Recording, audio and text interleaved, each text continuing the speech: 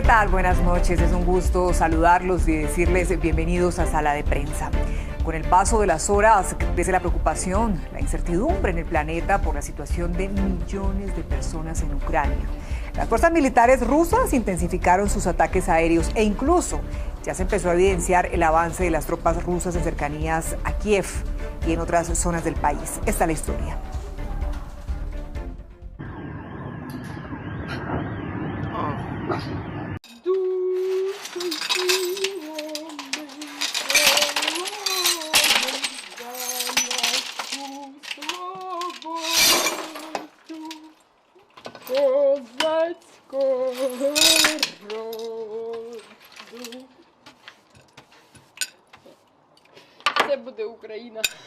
Larga vida Ucrania, dice Katia entre lágrimas.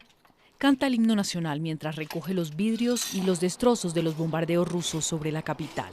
El bloque de apartamentos en el que vive con su mamá fue uno de los blancos.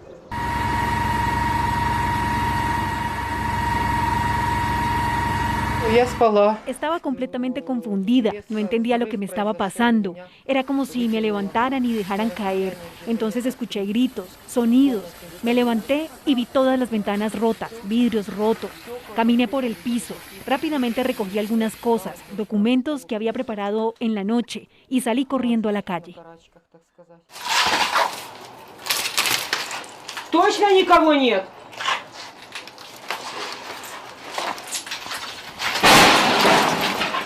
Salieron de inmediato y al regresar 2 o 3 horas después encontraron todo abierto. Los organismos de rescate ucranianos habían entrado en busca de eventuales víctimas. Tal como denunció el presidente Volodymyr Zelensky, hay mucho más que objetivos militares impactados. A ellas las tocó de entrada la guerra y en medio de los destrozos tienen la esperanza de que pare a tiempo y no arrase con todo. Pues los ataques ordenados por Vladimir Putin se intensifican. La guerra ha obligado a miles de ucranianos a huir de su país. Cerca de 50.000 personas ya han salido, pero se calcula que los refugiados podrían llegar incluso a 1 millón. Estas son algunas historias de ese éxodo que provoca la guerra.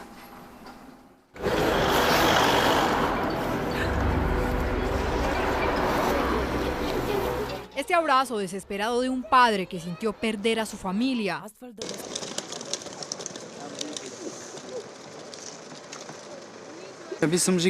Diría que es muy triste cuando te vas de casa y te sientes como nos sentimos ahora. Tenía miedo porque no sabía cómo estaba mi familia durante 2 días. Lo siento. O el miedo que siente esta joven mamá con sus hijas al tener que dejar no solo una vida, sino también a su esposo, quien se tuvo que quedar en Ucrania tras la orden que todos los hombres entre 18 y 60 años podrían ser reclutados para la guerra. Debido a la ley marcial, todos los militares están obligados, todos los hombres deben luchar por el país, por la paz, para evitar ataques de las fuerzas enemigas y para que todo esté bien. Nosotros y los niños debemos abandonar Ucrania. Son algunos de los rostros de la otra tragedia que se vive en Ucrania, la de los más de 50.000 ucranianos que han huido, según la ONU, tras los bombardeos y explosiones de las últimas horas. La peor situación fue aquí por la noche cuando llegaron cientos o casi miles de personas en un momento. Los que han corrido con suerte lograron cruzar la frontera y llegar a países como Polonia, que ya los esperaba con una bebida caliente. Tengo mucho miedo por Ucrania. Estoy muy triste. Todavía tengo esperanzas. Creo en la humanidad. Creo en el bien de las personas. Y esa situación aún puede cambiar. Que Occidente, que Europa Occidental y Estados Unidos ayuden a esta gente. No es justo. Mientras otros aún están represados en refugio sin saber cuál será su mañana, como esta ucraniana que hoy duerme en la cocina de un hotel con sus hijos que tratan de huir de la realidad viendo dibujos animados. Difícil, pero aguanto. ¿Ha dormido hoy? Hemos estado durmiendo, pero nos despertamos con una explosión a las 4:20 de la mañana cerca de nuestra casa. Un cohete aéreo fue derribado. En contraste, están los habitantes de la región de Donbass, que también iniciaron su marcha dispuestos a iniciar una nueva vida desde cero. Pañales, ropa y algo necesario para el niño. Llegamos sin comida, pero conseguimos algo de comer en el tren. Todo está bien. Empacamos las cosas en 1 hora y nos fuimos muy rápido. No solo son filas eternas de vehículos intentando huir del miedo, la zozobra e incertidumbre, son ríos de familias que hasta con sus mascotas decidieron tomar un bus o caminar para buscar un lugar seguro, esperando que algún día puedan volver. Y son solo algunas contadas historias. Pues mientras este drama humanitario continúa, mientras aumentan las sanciones de Estados Unidos, la OTAN y otros países como Australia y Japón contra el gobierno ruso, pues muchos se preguntan por qué Ucrania se convirtió en una obsesión para el gobierno ruso, en especial para Vladimir Putin. Ese justamente es nuestro tema de hoy, aquí en Sala de Prensa. Por eso hemos invitado a Víctor de Currea Lugo, médico, profesor universitario, escritor, trabajador humanitario y periodista. Me quedo corta, es un gusto tenerlo con nosotros, Víctor. Gracias, Daniela, por la presentación y saludo a la audiencia. Y también está con nosotros Mauricio Jaramillo, analista internacional, a quien también le agradecemos por estar con nosotros esta noche. Mauricio, bienvenido. Daniela, gracias por la invitación y un saludo fraterno a mi amigo Víctor. Bueno, yo creo que es válido hacer un poco de recorderis, digámoslo así, lo más breve que pudiéramos, pero es necesario hablar aquí de historia. Y quiero comenzar con ese surgimiento de Ucrania. Hablemos de ese origen de ese país, Víctor. Pues a ver, cuando uno piensa en Ucrania, se puede remontar a la fundación de lo que fue Kiev, que es precisamente los principados que después se trasladan a Moscú y que dan origen al mundo ruso. Es decir, Rusia como tal, como proyecto económico, político, como identidad, como cultura, no nace en Moscú, nace en Kiev y debido a unas invasiones de los mongoles termina por moverse allí. También aparece luego la ocupación que hace de Catalina la Grande, por ejemplo, de Crimea, o la inclusión de algunos territorios que hace Lenin, la exclusión que hace de otros territorios Nikita Khrushchev, lo que Stalin anexa al final de la Segunda Guerra Mundial. Es decir, la geografía y la historia de Ucrania es tan compleja que uno, donde haga el corte, pues puede concluir una cosa o puede concluir la otra. ¿Y en dónde entran los vikingos o tribus escandinavas al origen del pueblo ucraniano? Ellos fueron los fundadores cuando bajan a fundar los principados, entran por el Báltico a lo que hoy conocemos como Lituania, Letonia, Estonia, Bielorrusia y Kiev. Sin embargo, por ejemplo, la provincia de Crimea fue parte de los bizantinos y después del Imperio Otomano. Es decir, cuando uno piensa en Ucrania debe pensar en que por allí ha pasado muchas cosas. Por tanto, el argumento de yo estuve allí hace 200 años o hace 800 años, pues es un argumento resbaloso que no necesariamente refleja lo que está pasando allí. Lo cierto es que como todo país en el mundo, pues tiene diferentes expresiones políticas y culturales. Cuando se habla allí de una comunidad ruso parlante o una comunidad ucranoparlante, o cuando se habla de diferentes tensiones, no es lo mismo Ucrania de Crimea, Ucrania de la región de Donbass donde está la guerra, la Ucrania de Kiev o la Ucrania occidental que mira más a Europa. Por eso cuando se hacen censos políticos encontramos que hay sectores que miran a Moscú y hay sectores que miran a Europa occidental. Entonces hay que entender esa diferenciación. Una cosa que sí es importante es que la historia de Rusia ha estado pegada, obligada a la historia de Ucrania. Hablando de eso, justamente, de esa historia ligada, Mauricio, ¿en qué momento entonces este territorio ucraniano comenzó a ser parte de ese imperio ruso? Bueno, yo creo que estoy de acuerdo con lo que plantea Víctor y complemento un poco lo que le ha dicho para responder tu pregunta. Es difícil establecer un punto de inflexión único. Yo pensaría que hay como tres momentos. El primero es cuando por primera vez en la historia rusa intenta establecer un centro político, establecerse como Estado-nación moderno, y eso ocurre con Iván Vasilievich, conocido como Iván el Terrible. Desde ese entonces creo que Rusia se ha enfrentado al desafío enorme que supone controlar semejante extensiones de territorio. No solamente en el territorio comprendido hoy por Ucrania, que es de muy difícil control históricamente para los rusos, sino, por ejemplo, en el Cáucaso Norte, donde ha tenido problemas mucho más agudos que lo que estamos viendo hoy en día.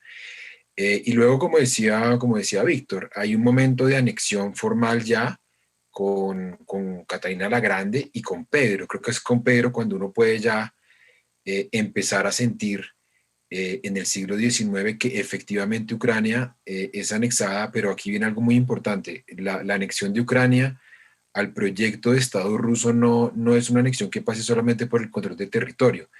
Es una anexión que pasa obviamente por una culturización, es decir, por una absorción de la cultura ucraniana, que en algunos casos ha sido negación.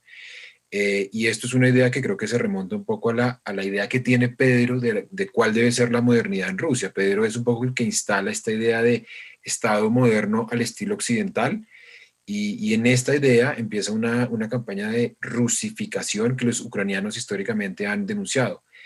Y luego hay que hablar irrevocablemente, creo que Víctor lo mencionaba, del periodo soviético. Cuando cae el imperio ruso y nace un nuevo orden, el orden comunista y socialista, hay como una especie de ventana de oportunidad para esta Ucrania, para deshacerse del control ruso, pero muy rápidamente los soviéticos van a absorber de nuevo y empieza una campaña fuerte de rusificación, esta vez bajo el código comunista de los pueblos comunistas. Allí, y creo que se ha eso apuntado al comentario de Víctor, Stalin va a empezar esta política de integración de los pueblos que busca básicamente romper la idea nacional de estas pequeñas subnaciones que están alrededor de la entonces Unión Soviética, y empieza a mezclar pueblos, y muchos de esos pueblos rusos hoy están ubicados en naciones con las que no están necesariamente emparentados culturalmente, y así poco a poco se va a ir absorbiendo Ucrania al Imperio Ruso, hasta que, o a la Unión Soviética en este caso, hasta que finalmente va a ser una entidad más absorbida totalmente por la URSS. Bien, vamos entonces ahora a Kiev, la capital de Ucrania. ¿Por qué es importante para los rusos y su historia? Víctor. Bueno, por un lado porque, como ya explicábamos, Kiev significa la cuna de lo ruso, de como lo entendemos. Antes de los principados, luego viene la época de los zares, la época del imperio como tal, sigue siendo importante. Durante el periodo soviético, que es donde Mauricio deja el relato, yo creo que es importante tener en cuenta lo que significaba Ucrania, no solamente en términos territoriales, sino en términos de industrialización. Por ejemplo, no gratuitamente Chernóbil estaba allí. Por ejemplo, muchas de las armas nucleares que pertenecían a la Unión Soviética estaban en Ucrania y fueron devueltas cuando se disuelve la Unión Soviética, fueron entregadas a Rusia. Entonces, Kiev se manifiesta o se ve desde Moscú como su cuna, pero además un eje de poder que resulta ser importante. Ahora, hay un par de elementos importantes, y es que cuando se fractura la Unión Soviética aparecen una serie de conflictos que, digamos, pedagógicamente, digamos, que estaban dormidos. Los conflictos de los Balcanes, por ejemplo, el conflicto de Nagorno-Karabaj en el Cáucaso, los conflictos de Osetia del Sur. Es decir, esos países, al disolverse la Unión Soviética, aparecen unas contradicciones que estaban dormidas. ¿Por qué estaban dormidas? Porque finalmente no importaba si Crimea pertenecía a Ucrania, Bielorrusia, Uzbekistán. ¿Por qué? Porque todo lo controlaba Moscú. Entonces era una cosa más protocolaria.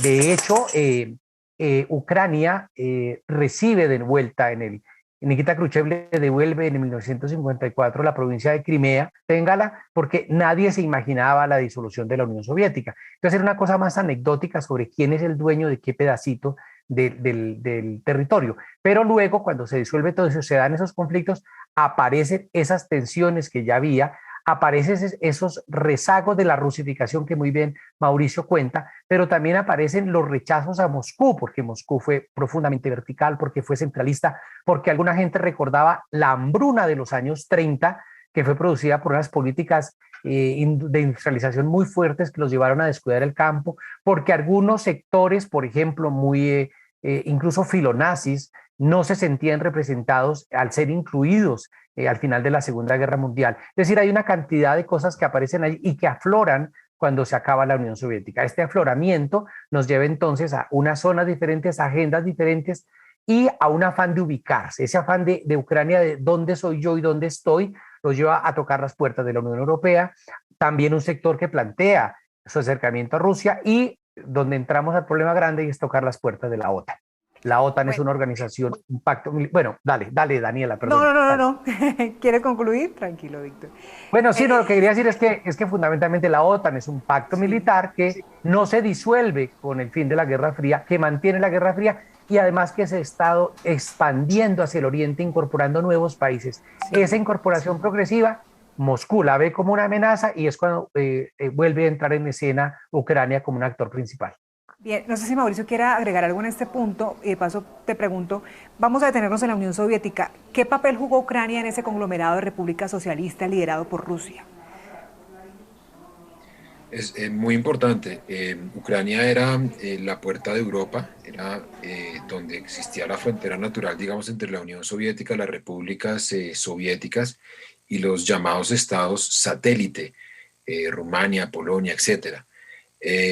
Víctor mencionaba una cosa que es muy importante y es Ucrania tenía un papel vital en la carrera nuclear que enfrentó a Estados Unidos con la Unión Soviética. No por nada pues estaba allí ubicada la central de Chernobyl.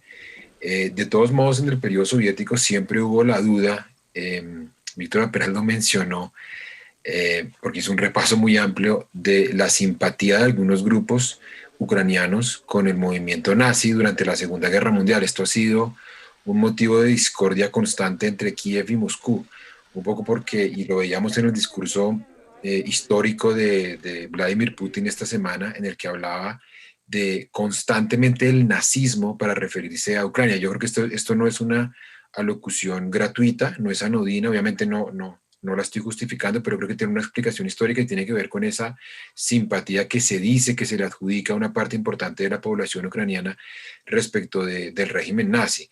Entonces las relaciones no fueron fáciles.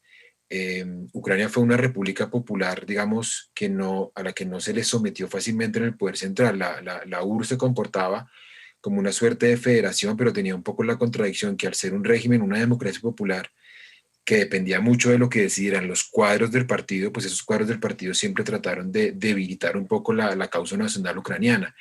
En la década de los 60 y 70, por ejemplo, se dieron unas purgas muy fuertes a intelectuales ucranianos que reivindicaban la lengua, el uso del ucraniano, y obviamente pues el interés de los soviéticos era masificar el uso del ruso. Ahora, los soviéticos querían masificar el uso del ruso no por capricho, sino porque era la única manera de mantener niveles de cohesión nacional mínimos, era la única manera de lograr, por ejemplo, una alfabetización relativamente homogénea, sobre todo en pueblos del Asia Central, muy lejanos de la cultura eslava, muy lejanos de la cultura política de Moscú. Entonces, de golpe, Ucrania siempre fue y de hecho los textos de historia la reconocen como esta pequeña Rusia, esta Rusia original, Víctor lo decía, origen del pueblo eslavo, y durante la época del comunismo se combinó un poco esta nostalgia por el surgimiento de la pequeña Rusia junto a Bielorrusia, y obviamente como una república popular que reivindicaba unos rasgos culturales que se fueron instrumentalizando con el paso del tiempo hasta que estalló la guerra que conocimos hace unos años. Bueno, pero terminada la era de la Unión Soviética, países como Hungría, Polonia, República Checa, Bulgaria, entre otros, y claro, Ucrania, pues tomaron su propio camino, ¿no? ¿Cómo fue desde entonces la relación entre Moscú y Kiev? ¿Qué pasó ahí? Pero lo primero es que en el año 94... perdona, Mauricio, ¿quieres darle? Sí, dale. Sí, Vale. y luego Mauricio. Vale. Mauricio complementa, vale. En el año 94 finalmente se firman los acuerdos de Budapest, con lo cual, bueno, primero hay un espíritu de nacionalismo que estaba enconchado, guardado, y florece cuando se acaba la Unión Soviética. De hecho, las encuestas sobre disolución o separación de Moscú reciben una amplia mayoría de, hombre, independicémonos y alejémonos de Moscú. Y aparece el elemento que ya ha mencionado Mauricio de las armas nucleares. Finalmente las armas nucleares son devueltas mediante un documento que es el 94, el protocolo de Budapest, y esas armas son entregadas a Rusia. Digamos que la relación allí se sigue dando porque además hay una cosa, es el intercambio comercial histórico que por inercia se sigue permaneciendo entre Ucrania y Rusia. Ese intercambio de bienes, de servicios, de productos sigue estando allí pendiente, y por supuesto fíjense que mientras yo creo que Catalina la Grande, Pedro el Grande, Lenin, Stalin, Putin tienen una mirada mucho más global, lo que llamaba Putin en el 2014, en marzo del 2014, sus zonas estratégicas, es decir, Moscú no mira hasta sus fronteras, mira sus zonas estratégicas.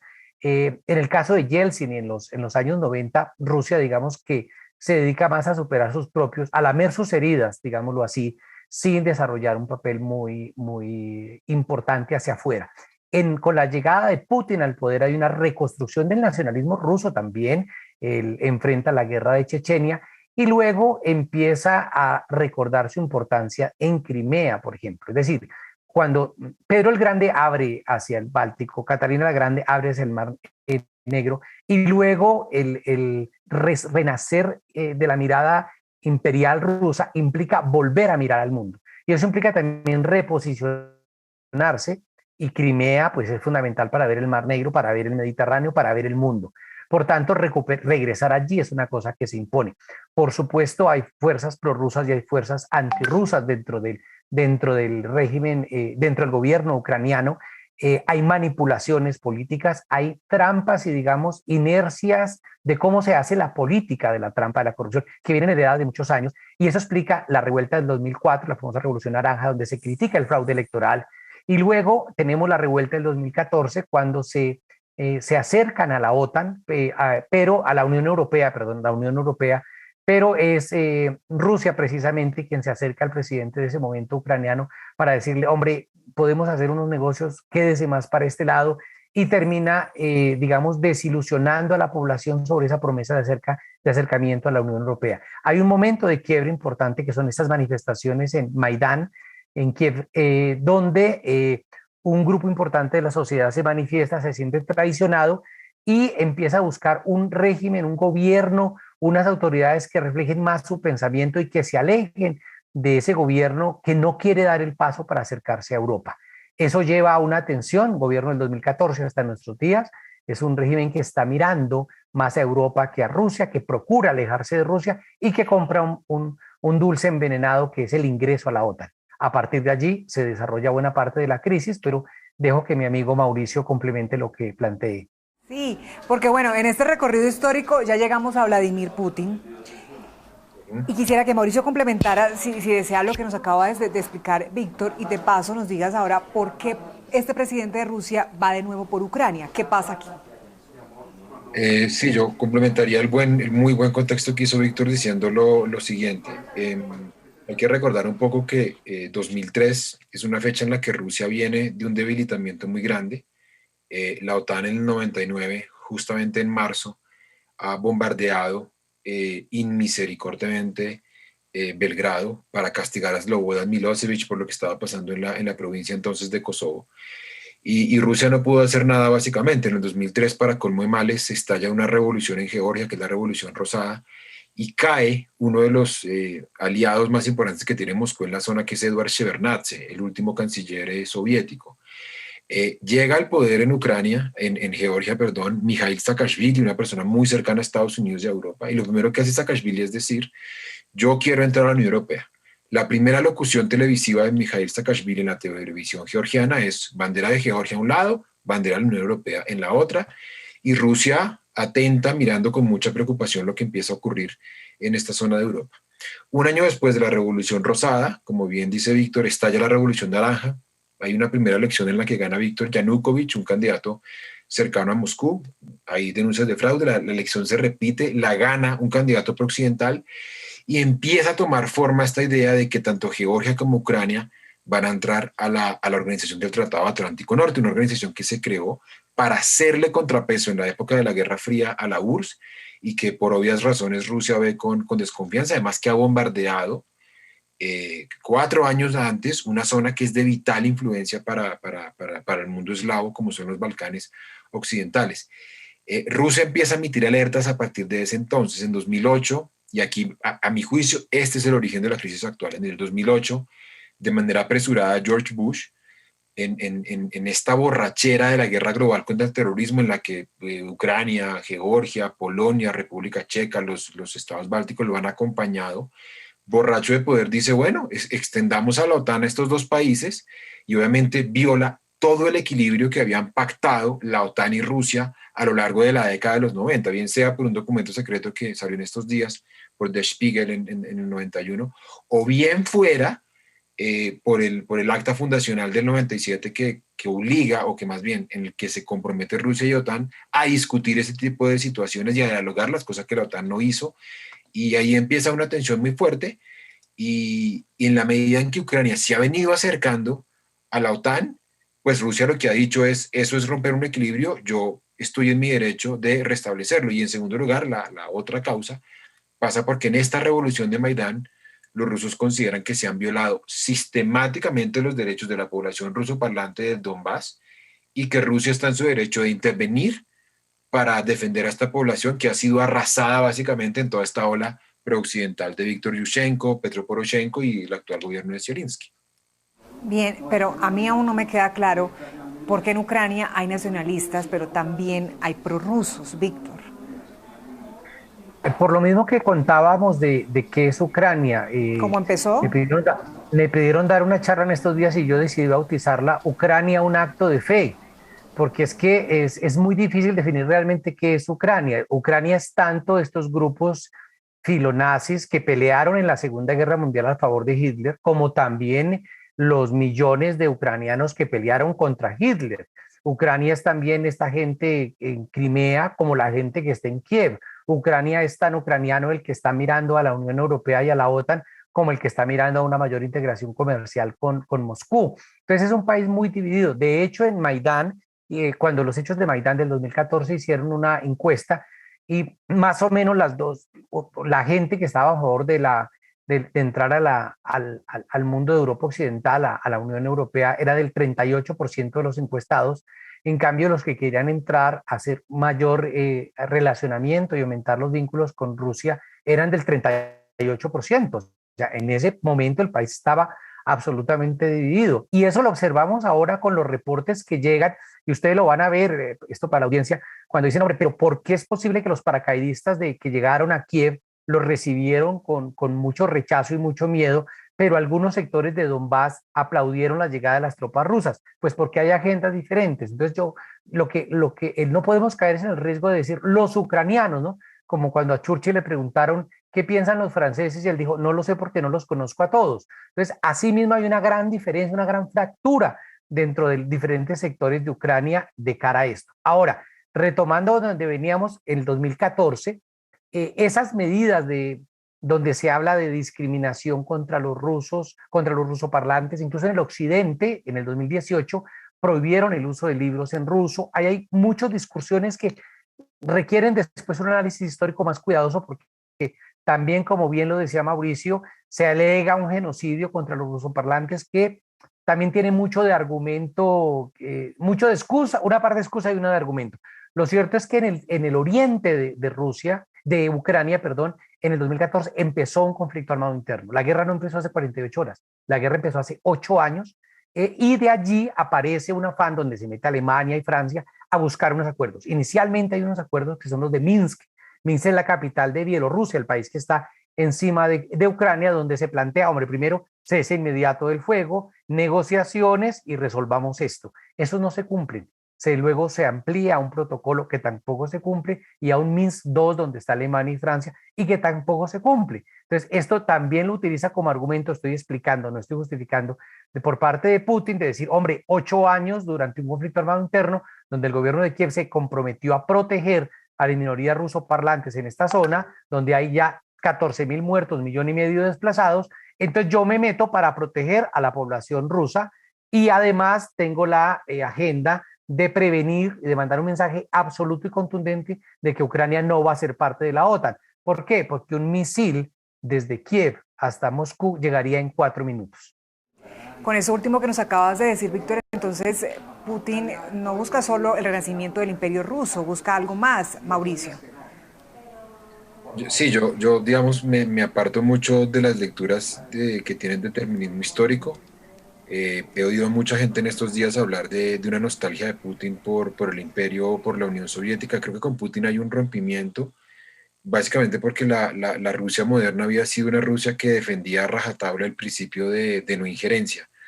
Rusia se opuso siempre a la guerra en Irak, criticó lo largo que se quedó Estados Unidos en Afganistán, siempre que le pidieron sancionar a terceros países como Sudán, se abstuvo.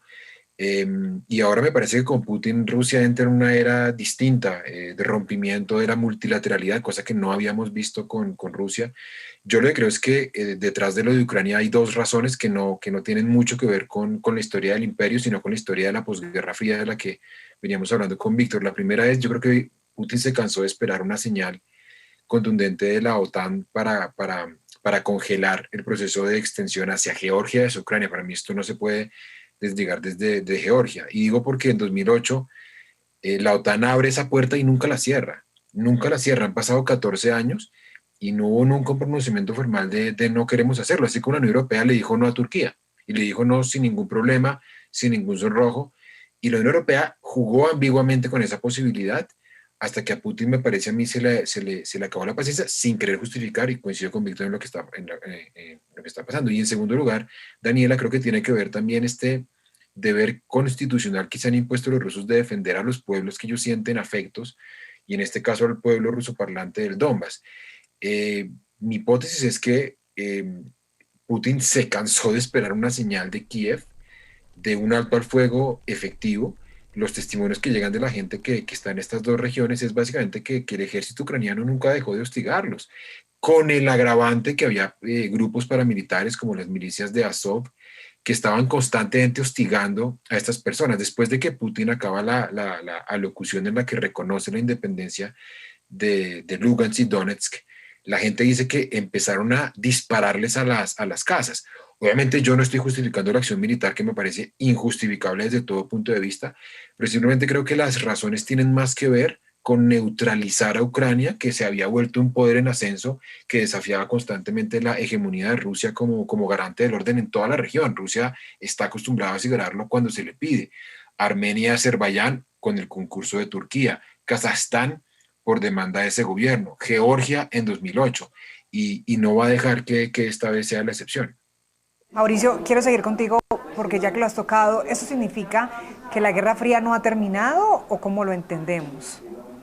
No, la Guerra Fría terminó. Yo creo que acá si Rusia no tiene, a diferencia de la Unión Soviética, no tiene un proyecto exportable, no tiene un modelo, no tiene ese universalismo. La Unión Soviética quería llegar a todos los rincones del mundo, peleó con Estados Unidos en el África subsahariana a raíz del golpe de Lumumba, peleó más bien por la independencia de Angola contra Occidente, peleó aquí en América Latina, en Cuba o en Nicaragua. Esta Rusia es una Rusia desideologizada, es una Rusia pragmática que no le interesa pelear con Occidente, creo yo. A Rusia lo que le conviene es un mundo estable, tranquilo, multipolar. Yo lo que creo es que a la OTAN se le ha ido la mano en los últimos años. La OTAN nunca restableció ese equilibrio roto después de la intervención en Serbia, y el resultado lo estamos viendo. Yo creo que aquí no hay guerra fría, además porque el mundo no es bipolar, hay muchas más potencias. Aquí hay que mirar hacia China, por ejemplo, hacia lo que tengan que decir que es un actor influyente. Hay potencias medias, por ejemplo, como Turquía, que son esenciales también en el desenlace de la crisis. En la época de la Guerra Fría teníamos dos ideologías que se disputaban el mundo y el resto del mundo miraba. Ahora el resto del mundo no solamente está mirando. Bien, pues infortunadamente se nos está agotando el tiempo. Este tema es tan profundo y por supuesto pues requiere más atención. Y ya para ir como cerrando este diálogo, nadie tiene la respuesta de lo que va a pasar, pero ¿ustedes creen que habrá una salida diplomática o Ucrania terminará anexada por la fuerza Rusia sin que Estados Unidos y la OTAN puedan hacer nada? ¿Qué creen, Víctor? Creo que lo que se va a imponer es un acuerdo Minsk III, es decir, el gobierno ruso va a terminar sentándose en Bielorrusia con delegados del gobierno ucraniano, sean los militares o sea el que queda, y replanteando. Eso implica necesariamente firmar la no ampliación de la OTAN, un estatuto especial para las zonas rusoparlantes y un gobierno que sea más o menos afín a los intereses de Rusia. No veo una ocupación a largo plazo. Creo que las maniobras que utilizó Putin en la guerra de Osetia del Sur demuestran que entendió lo costoso de ocupar por años un país como lo hizo Estados Unidos en Afganistán y en Irak, y veo es que ahora el balón quedó en manos y con esto concluyo, en manos de la OTAN. Es decir, Rusia piensa o entro ya a Ucrania y me la apropio, o Ucrania se vuelve parte de la OTAN. Por eso decide dar el paso, un paso que además es costoso para la misma Rusia en términos de economía. Pero por el otro lado ahora el balón queda en manos de la OTAN, que es o entramos a apoyar militarmente a Ucrania o perdemos esta guerra. Todo indica que ningún estado de la OTAN, ningún miembro de la OTAN, nadie se la va a jugar por Ucrania. Ucrania está sola. El mismo presidente Zelensky lo decía hace pocas horas, nos abandonaron. Estados Unidos no va a poner hombres allá. Europa no va a crear un escenario hacia una tercera guerra mundial porque sus viejos recuerdan perfectamente lo que fue la Segunda Guerra Mundial, Y tercero, creo que es una guerra que si no se da una falsa bandera o un error estratégico de otro orden, va a quedar circunscrito al escenario ucraniano y va a ser otra, digamos, otra guerra más. Claro, eso obliga a replantear muchas cosas a nivel internacional, pero casi que respondo con el deseo que la guerra se circunscriba a el terreno ucraniano y que se resuelva mediante una negociación que se dé en corto plazo en territorio de Bielorrusia. Mauricio, ¿quieres agregar algo? Muy corto porque estoy de acuerdo. Yo creo que aquí se debe poner una finlandización, que es básicamente una imposición de la neutralidad de Ucrania casi que a las malas, y a cambio Rusia va a rechazar un poco esta idea de independizar las dos regiones. Vamos a volver un poco a un escenario parecido al de Finlandia en la posguerra fría, que es básicamente que se ponen de acuerdo OTAN y Rusia para que ciertos estados que son sensibles por su situación geopolítica deben preservar esa neutralidad, y con eso creo que se va a desactivar la guerra. Obviamente lo estamos diciendo seguramente con el corazón, porque la verdad, cada día de la ocupación, cada día de la intervención rusa, pues es muy costosa para el mundo y obviamente para Rusia. Pues me quedo con más preguntas, como seguramente las tienen nuestros televidentes, nuestros seguidores. Infortunadamente el tiempo se nos agotó y también es muy probable que sigamos muy pronto llamándolos, invitándolos a que nos ayuden a seguir entendiendo este conflicto en Europa, que como decía al comienzo, pues merece toda la atención desde su historia, cómo empezaron las cosas y poco a poco pues tener un poco más claro ese panorama. Gracias, Víctor de Currea. Un placer. Gracias, Mauricio Jaramillo. Gracias, Daniela. Gracias, Víctor. Un abrazo. A los dos, de verdad, gracias. Un placer tenerlos con nosotros. Qué maravilla de conversación y explicación esta noche tan oportuna. A ustedes, gracias también por elegirnos, por estar conectados esta noche con Sala de Prensa. Que tengan buena noche. Feliz fin de semana.